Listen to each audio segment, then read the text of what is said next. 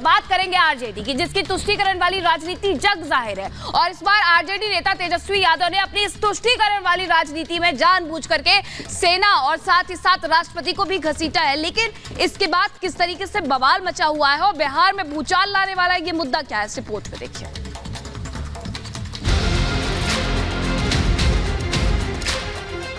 लोकसभा चुनाव में वोटों का समीकरण साधने के लिए आरजेडी के नेता हिंदू विरोध पर उतर आए हैं। वो चुनावी सभा में खुलकर सनातन विरोधी दांवपेच आजमा रहे हैं। उनकी मंशा लोकसभा चुनाव के दौरान मुस्लिम वोटों के ध्रुवीकरण की है और वो इस कोशिश में हिंदू मुस्लिम के बीच दरार पैदा करने की कोशिश कर रहे हैं। ये आरोप है बिहार के एनडीए नेताओं का और इसकी पुष्टि कर रहा है आरजेडी नेता तेजस्वी यादव का चुनावी सभा में दिया गया वो बयान, जिसे लेकर बिहार में एक बार फिर सियासत गर्मा गई है।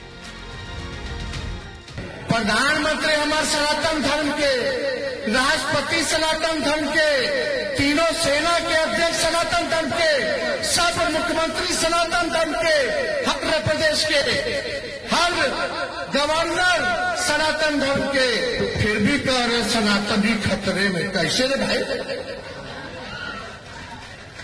अरे सब ठग लोग हैं, ये लोग समाज को बांट करके राज करना।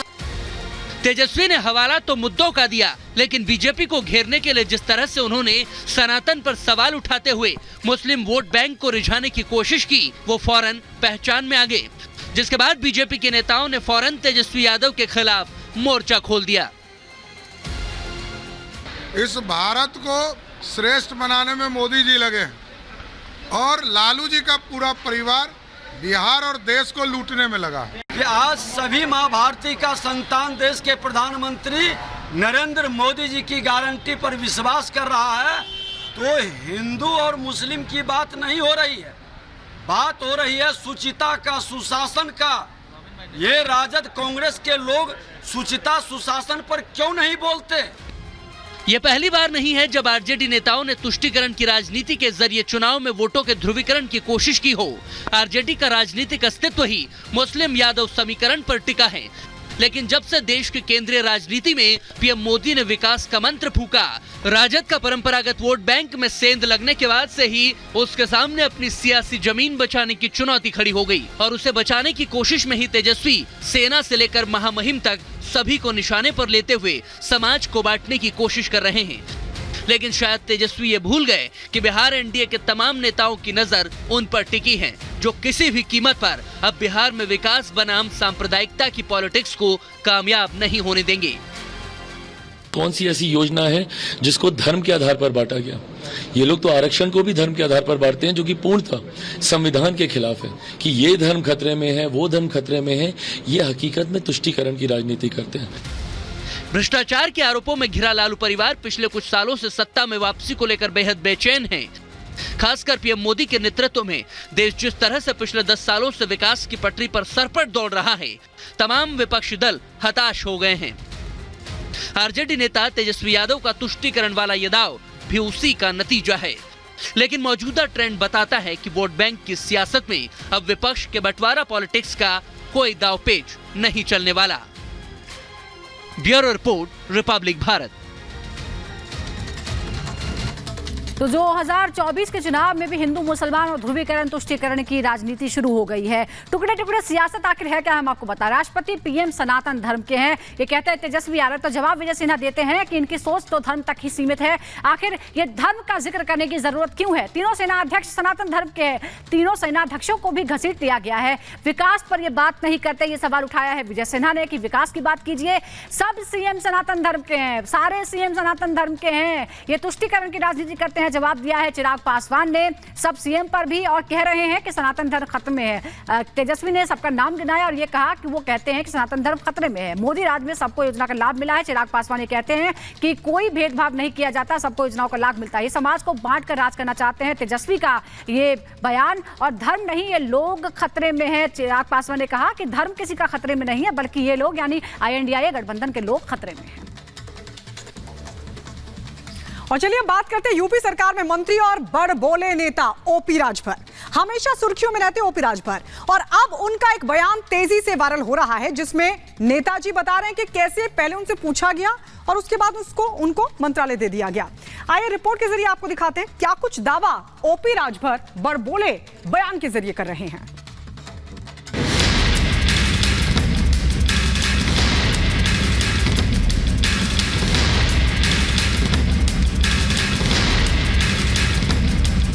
कभी खुद की तुलना शोले फिल्म के गब्बर से करते हैं, तो कभी खुद को सबसे बड़ा गुंडा बताते हैं।